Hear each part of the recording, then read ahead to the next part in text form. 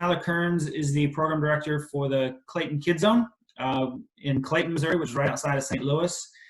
Tyler's been a play ambassador for the for the Genius of Play for the past year. I don't know if that's going to keep going on. Tyler, you could talk about that a little bit and what that means. But he's presented at the National After School Association, Beyond School Hours. He's presented several times at Mozak. And really just going to kind of touch on why is play important for kids.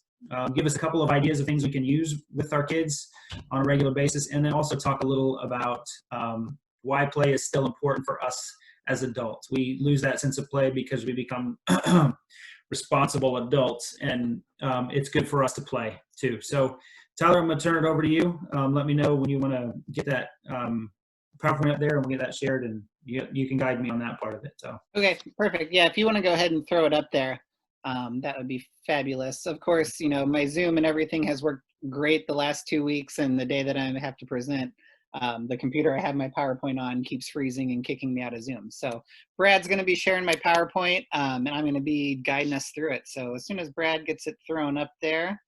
But as he was saying, my name is Tyler Kearns, the program coordinator for Kid Zone, but also a Genius of Play ambassador. So what the Genius of Play is it was born as a out of the National Toy Association in New York as a resource and guide to promote play for parents, after-school staff, teachers, educators, but just as a movement to bring more play and more play resources out into the world.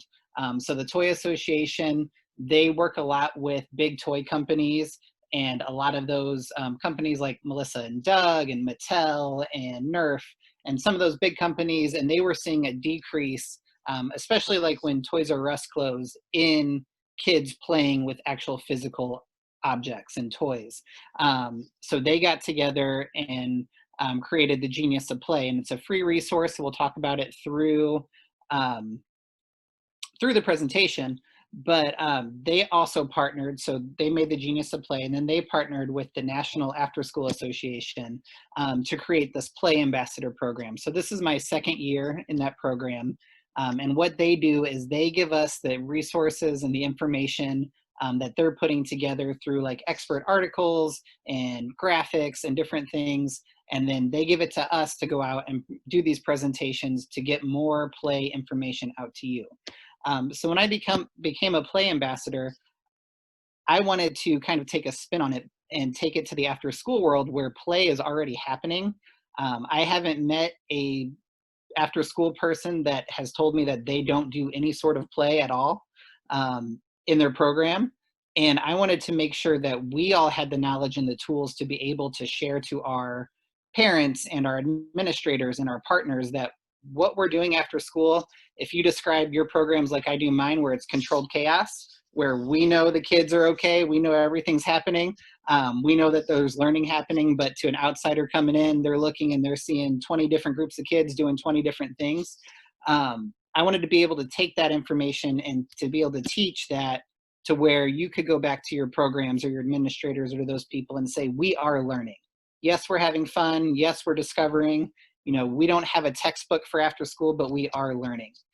So that's my role with the Genius of Play as a play ambassador. And hopefully today, what you take from this is being able to see why play is good for kids, but also see why it's good for you. And in a time now of all this virtual learning and us figuring out how to try to connect with kids and, you know, just figuring out after school's role in all of this, how we can be play influencers and help our program families incorporate more play while they're stuck at home. So if we want to go ahead and move on. We're going to start with a game. Those of you that have been in a workshop with me, you know I like to get everybody up and moving. It's a little hard doing it virtually, so we have a couple of virtual games that we're going to go through throughout the presentation. So this first game is called Buzz. So we're going to break you off into breakout rooms. If you've never been in a breakout room through Zoom, basically Brad's going to hit a magic button and it's going to say, you're now entering breakout room 3. I don't know how many that we're going to do. Brad, do you know a number of breakout rooms? How many do you want in each room, Tyler? 8. Okay, so we'll do 28 rooms with 7 or 8 people in each room. Okay, that works. So you're gonna get shipped into these breakout rooms. You'll be with a random group of people. And I want you to just play this game. So you're gonna start in alphabetical order. So if your name was, say, Amanda, you may be the first one going. And you're gonna see how high your group can count from 1 to whatever you get to. The catch is, anytime you get to a number that's divisible by 7, you have to say buzz instead of the number. So my example down below, you can see it's 1, 2, 3, 4, 5, 6, buzz, 8, 9, 10, 11, 12, 13, buzz. If you don't buzz on one of those numbers that are divisible by 7, your whole group starts over. So we're gonna give it a try. So I think it was group 15 got to 90. That's the highest I've seen so far. Yes. That must have been the math room. Oh, there's a 104. 104, that's pretty amazing. Hey, Tyler, while people are still getting back into the room, what made it nice is we had 7 people in our room. So it was the same person every time. Were you in Dawn's room? Because they posted the same thing. Oh, yeah. No. Okay. That happened in our room, but Terry Mattern from Eldon Leap couldn't get her audio going. She was number 7. So then then we had to go around.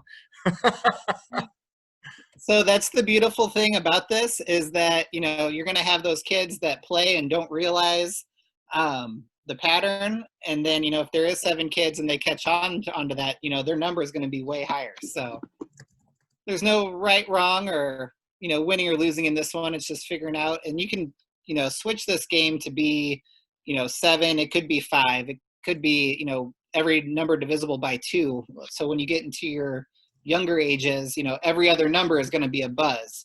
So it'll be 1 buzz, you know, 3 buzz, and, you know, be able to teach that way too. So I think 104, is that what I saw as the highest?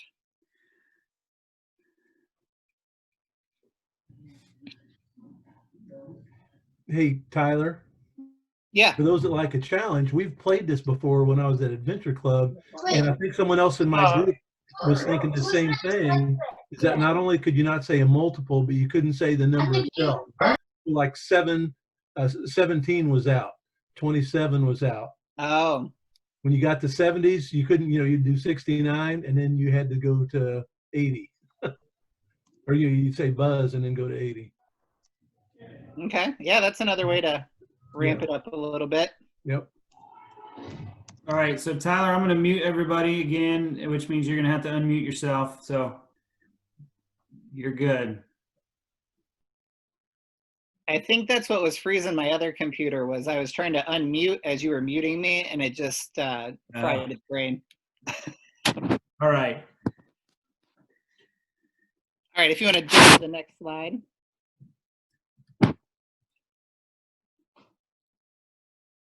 So we talked about this a little bit before we played the game, just our purpose today.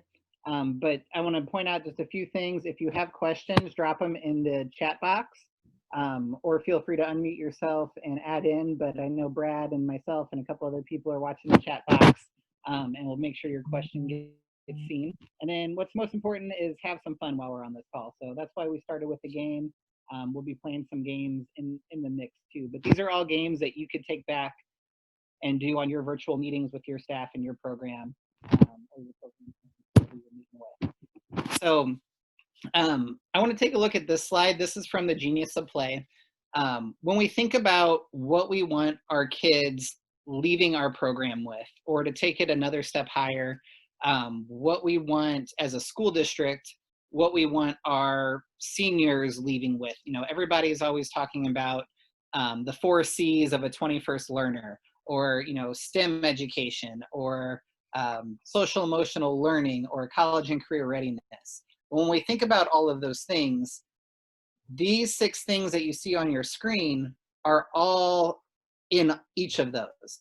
So developing physical skills, communication skills, cognitive abilities, any of those things that you can think about when we want to think about youth development, that is all in here. So what these 6 things are all in play. So when we think about teaching play, we don't really have to teach it. So my background is actually in art education. I went through college, I wanted to be an art teacher. And part of that was lesson plan writing. So we had to create lesson plans for art lessons. And then, as many of you do with your lessons now, we had to go into the Missouri standards or the Illinois standards and pull those art standards out and figure out where they match in the lesson plans. A lot of my colleagues in my art education classes would go and find the standards and then write lessons based off of that. I didn't like that way. It didn't click for me. It felt too robotic for me whenever I went and made a lesson around, drawing different types of lines. So what I started doing was I created lessons that I thought were fun and engaging that my students would like, and then went in and found the standards that matched with the lesson. So, one lesson might cover 6 or 7 standards, but all over the board of, where the standards lay. So whenever I started getting into after school programming and after school curriculum development and learning through play, basing a game or creating a game off of one of these frameworks felt again too robotic. I'm going to make this game that is going to enhance social skills. Well, the kids are going to they may learn something from it, but they're not playing. They're just repeating this game that I taught them. It's whenever you can take a step back and take games that they're already doing. So a lot of those games that were posted at the beginning of the workshop today, your Clue, your Monopoly, Red Rover, Tag, any of those games, and you can take the learning out of it and then take that to your parents or your administrators and give them these 6 things and say, okay, in this game of tag, we are developing physical skills. Maybe it's team tag. So now we're improving our communication skills or enhancing social skills. So we are learning play through doing it, through, processing it through doing it and taking those learning objectives out of it instead of creating play around what we want the kids to learn. So Brad, go ahead and move forward. So if we take those 6 things and expand it out into things that we're already doing, if you look at the bigger circle on this slide, your board games, blocks and puzzles, self-directed play, those are all things we would probably find in your program or at your house, have kids of your own, even in our own lives as adults. Those are probably things, some of those things are probably already happening. So there's already learning taking place and going on without you having to open up a textbook, without you having to look into, specific curriculum. So what I want you to take a minute, kind of look around the circle and just think in your own head, what could be something in this circle that's new to you, something you haven't tried, something that maybe you did as a kid that you think you can pull back out, and think about where the learning is taking place and just throw that in the chat box. So just take a couple minutes. I'm going to be watching the chat box and just see what you think. See what something is new for you that you could do. Or if you have questions, throw those in there. Hey, Tyler, Mark had a question from the chat box. If you want to answer that while people are typing there. Yeah, hey, yeah, and Tyler, the question was, is this closely akin to Project Construct? So that was a question that came in. To be honest, I don't know that much about Project Construct. So I don't know if this ties into that. That'd be a good thing for me to research, definitely. What I do know from Project Construct is very play-based in learning. So I could definitely see a lot of connections in with that.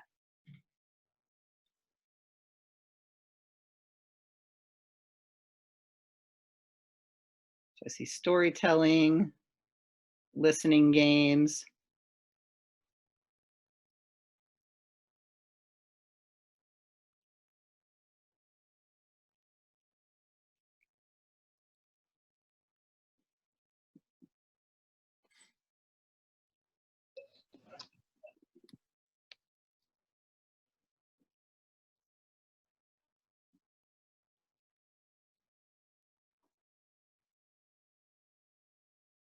Yeah, there was a great listening game at the end of the webinar yesterday, where the speaker had everybody draw a picture based off of her directions. And then when we came out of it, everybody's picture looked ever so slightly different from the same directions. So that was an interesting take. And I know a lot of my staff that were on the webinar yesterday, that was one of their takeaways, was just being very careful with directions and listening procedure.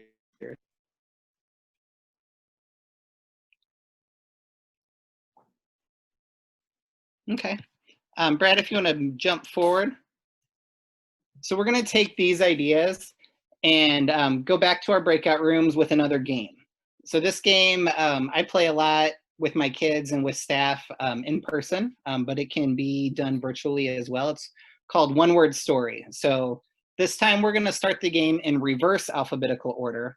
So the person by first name. So if you went first the last, or last the first time, you're gonna go first this time. And you are gonna use the prompt. Remember that one time when, and then that person is gonna start. So I did an example with my daughter this morning. So I just said, hey Jenna, remember that one time when, she already knows this game, so she just started with I, and it ended up being I jumped off the cow. I've never jumped off of a cow. I don't know if I could, but that's where she took the story. So I'm just curious of where your stories go. So again, it's called One Word Story. You're going to get into your breakout rooms. Start with the person in reverse alphabetical order. So it'll be, remember that one time when that person just says one word, then the next person says a word, the next person says a word. Each time it comes back to you, you don't have to use the same word. That is a common thing that happens with kids. They feel like if they say the word cow, every time it comes to them, they have to say cow. You can change your word when it comes back to you. You're just building off of the story. So we're going to break you off into rooms. Let's go 4 minutes and just see where your story takes you.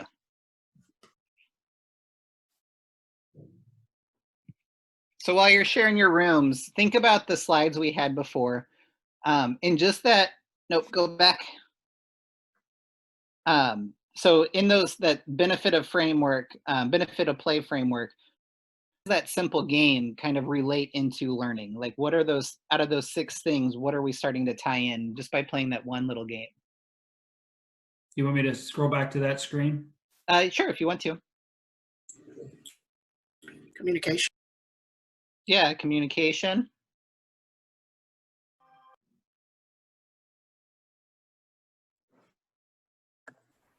Creativity. Mm-hmm. Social. Cognitive abilities. Process and express Communication emotion. skills. Critical thinking. Mm-hmm. Process and express emotions. Free association. Yeah, so in that simple game, we've hit at least 5. Nobody said physical skills yet, but it was just like the fancy, whatever came to mind. Mm-hmm. So when you want to tie this into a curricular activity, if you're teaching English, you could start to work on sentence structure. So where does your noun go? Where does your verb go? How do you tie in those adjectives? So you can teach sentence structure and then have the kids build sentences with however, sentence structure wherever you're working on with that. So this has some curricular tie-in too, to, teach lessons from it, but just by playing it as a simple game that's fun, you start to touch on all 5 of these things. And then if you want to throw in physical skills in there, you can have like our story, in the room that we had, it was a story about sharks and running. So you could start to add those physical elements in there too. And it makes it fun for the kids and active for the kids. So in our program, we use this as a quick transition game or those hurry up and wait games. If you're, waiting for the bus to come for a field trip, or you're waiting for the bell to ring to release the morning kids into school. It's just a quick fun game. Sometimes we have the staff do it for the kids. So if we're dismissing the kids or our afternoon announcements, instead of me just talking and blabbing on and starting to sound like that Charlie Brown teacher, we'll sometimes have the staff do it back and forth with each other. And they mess up just as much as the kids do, and the kids get a really good kick out of that. So lots of different fun ways to use that. If you have other ways you've used it in your program, feel free to throw those in the chat box. Go ahead and move forward in the slides.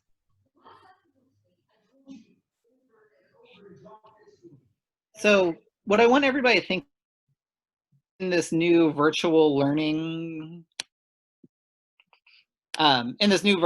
platform that we're in, sorry, I had to make sure that I wasn't muted, is how you can become a play influencer.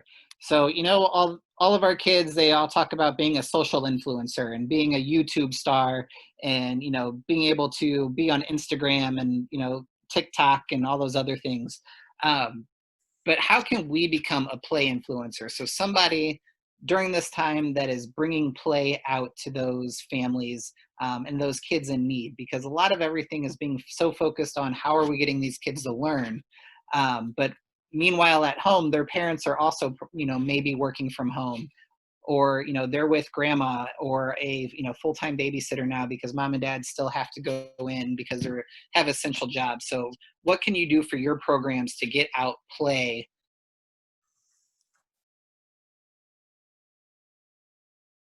to a unique time right now where everybody or most everybody is at home and has that family connection? What is one of the biggest things that we do as after school programs is we build those connections, we strengthen those connections. For some of those kids, we are that relationship piece.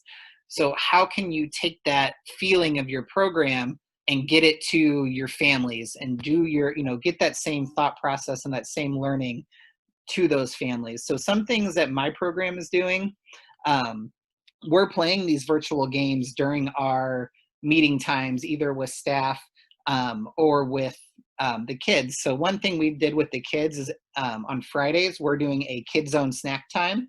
So we're inviting whatever kids want to be there at 3 o'clock. I send out, our district uses Google Meet. So I send out a Google Meet link to the parents, and then the parents can decide if their kid wants to be on it. But everybody just brings their snack and we talk about what we're having for snack.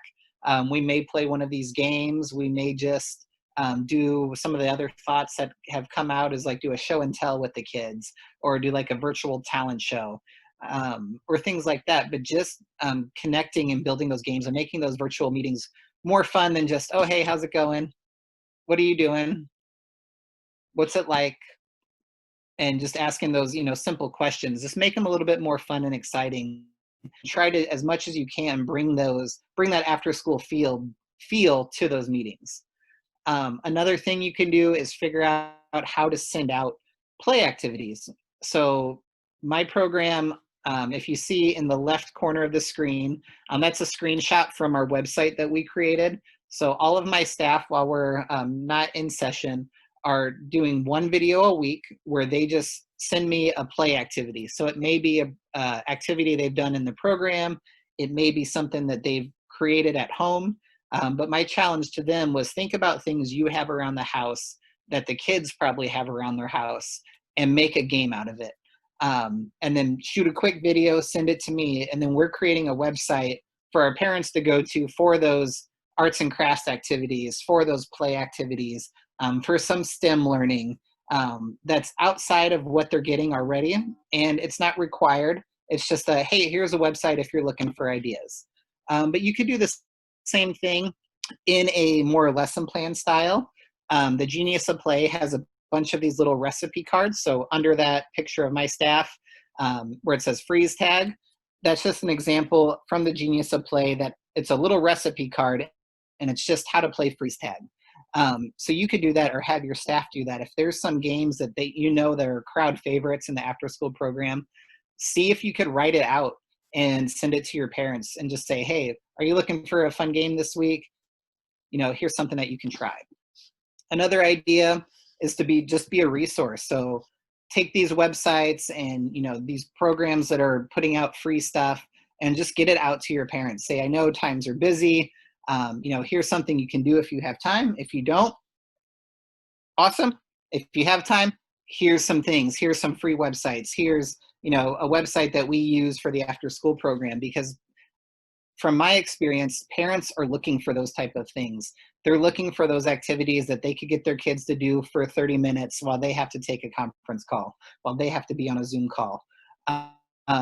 You know, for example, in my own life, I have 2 kids that would normally be running around here, popping in and out of the screen, and they're outside playing in the water table, or hopefully they should be. But you know, just those activities that they can do, or that parents can give their kids, that they could have that little bit of time. And then just be creative. So, you know, a lot of times we're hearing like, now's a great time to start something new, to try something new, to write your book. You know, take those ideas that you've always wanted to do and just create and have fun with it. You don't have to post it. You don't have to put it out there. Just do it for you. Create, make mistakes, but just play and have fun. So Brad, if you can click, there should be 2 questions that pop up. So we're going to go back into those breakout rooms, and this time not with the game, but I want you to talk about these 2 questions. How are you engaging your program families? So the couple webinars that I've been on, a lot of different programs are doing amazing things, but they're all connecting in different ways. So if you can, share how your program is engaging families right now, but then talk about how can you add in a play element. Maybe it's the physical play curriculum. Maybe it's a website like my staff are making.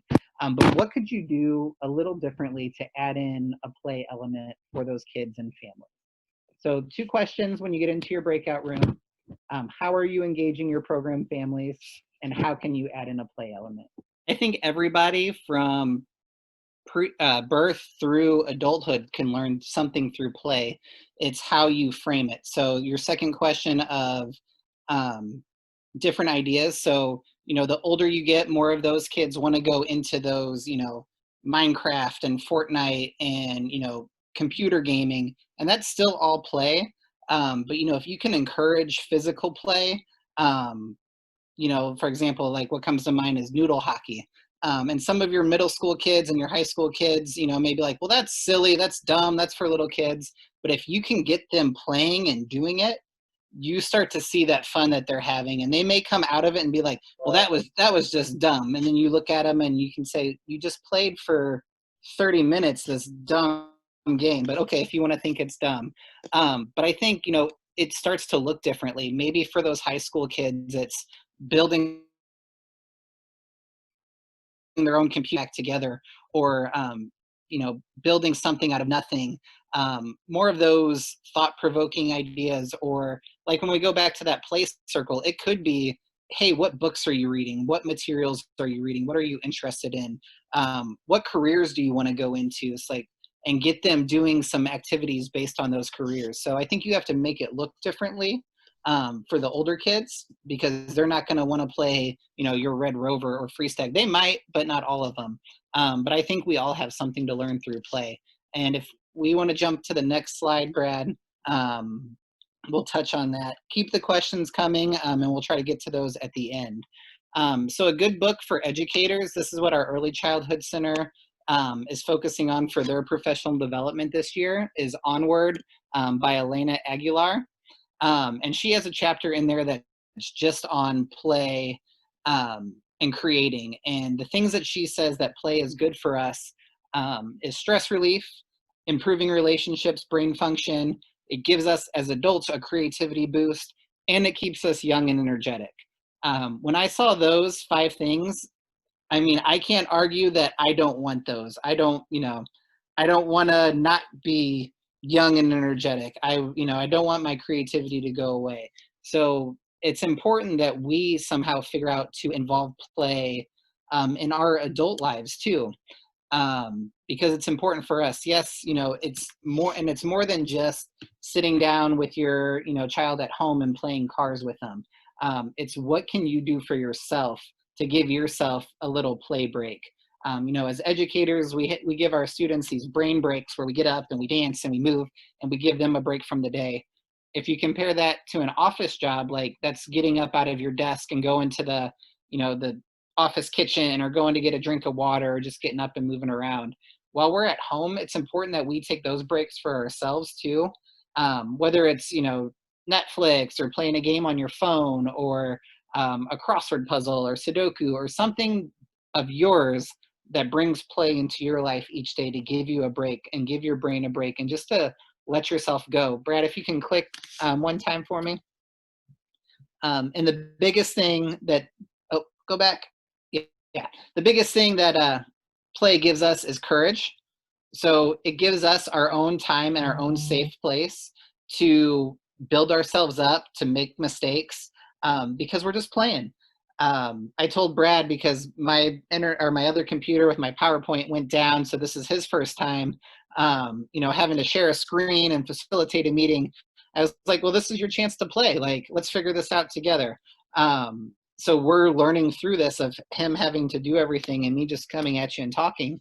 But it gives us that courage so that next time we come into the situation, the flow and the resilience of that, this may fail. Coming into this, I was talking to Brad just about doing this presentation and he goes, sometimes it's just you have to do it and it'll happen and then it'll be done. And, we'll take from it and build from there, but it gives me that resilience of it happened, I did it, here's how I can improve on it. And we can go from there. And I think, to go back to that question of, is there an age group for play learning? And me personally, I don't think so, because there's so much that we can learn just from playing and just from having fun with it and building that courage and resilience. Go ahead and move forward. So we're not going to spend a lot of time on this, but I want to encourage everybody to make your own playlist. So this isn't your playlist of songs that you listen to. This is like 10 things of what you like to do for play. Like I said, going back to that circle, it could be Netflix, but if you have 10 things of Netflix, eventually you're going to run out of things. So make 10 very different things. If you want to, write them down, throw them in a hat, write them on popsicle sticks and put them in a jar. And when you find time in your day to play, go and pull one of those up and do it. Spend 10 minutes, 20 minutes, 30 minutes, whatever your time allows, just to take time for yourself and play. I know a lot of us have heard that oxygen mask reference probably way overdone in the last 2 weeks of we need to make sure we're taking care of ourselves before we can take care of everybody else around us. But that is so true. And it's so important that you are, not only taking that time for yourself, but also taking time and learning for yourself. So through this presentation, at the end of it, get a piece of notebook paper out, a sticky note, whatever you have, and just create your own playlist of 10 things that you want to do in this time that we have just to break up your day and play a little bit. And if you have ideas that you want to share with everybody, throw those in the chat box as well, because we're here to learn from each other. What somebody says, I might read and go, oh yeah, that's a great idea. I'm going to add that to my playlist. So go ahead and move on. So I see a lot of karaoke. So this last game is going to be for all of those people throwing in their karaoke. However, you don't have to sing. So we're going to do one last game in our breakout rooms, just a couple minutes. Whoever in your breakout room is wearing the most blue, you're going to pick a song and play it from your phone or from your computer. And everybody is just going to be a virtual rock band. So you don't have to sing. The only person's computer that should be on unmute is the person playing the song. Somebody be the drummer, somebody be the guitar, somebody be the lip singer, and just have a virtual rock show with each other. If you don't want to do that, you can do a 30-second talent show where everybody takes 20 to 30 seconds and just shares a quick talent that they have. If you can't do it virtually, maybe you just talk about your talent. What unique talent do you have that you can get done in 30 seconds? So let's break into the rooms for about 2 minutes if we have the time. And then when you come back, we'll have questions.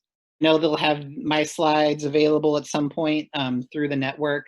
But my email's on this last slide. If you do have questions, you can always shoot me an email. I'm happy to talk to you through there. The Genius of Play website is on here. And they, with all of this going on, they even made an offshoot of their website, which is the geniusofplay.org/play today. Some of the virtual games that I played on here are also on that website. And also, my program's website that we're creating for kids and families is there at the bottom. There was a couple questions in the chat box already. One about, can play be an educational outlet that helps bridge the gap? I think it's definitely a tool that can help bridge that.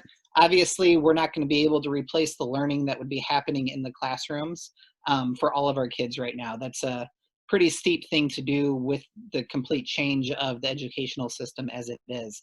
But I think it can help connect the kids to learning, if that makes sense. So, you know, those kids that don't have access to virtual learning, or they just can't learn through the computer, they need that face-to-face. If you can connect to somebody above said, you know, through Star Wars or through Frozen, and teach them math through, you know, counting snowflakes, or you know, constructing stories and things out of Star Wars, I think that can definitely be a tool to help bridge that gap. I don't think it's a complete replacement for it. What was the other question, Brad? So how much Free play. free choice play do you recommend? I don't really have a time recommendation. I can tell you personally, I give my kids, my personal kids, my son and daughter, a lot of free choice play, but then I always follow up with them of, you know, some further thinking questions. If you were on the STEM webinar last week, some of those I wonder questions like, oh, well, I wonder what happens if Barbie and Ken run out of gas in their car. Or I wonder, you know, what happens if Spider-Man isn't there to save the day? What's going to happen? How is the town going to recover?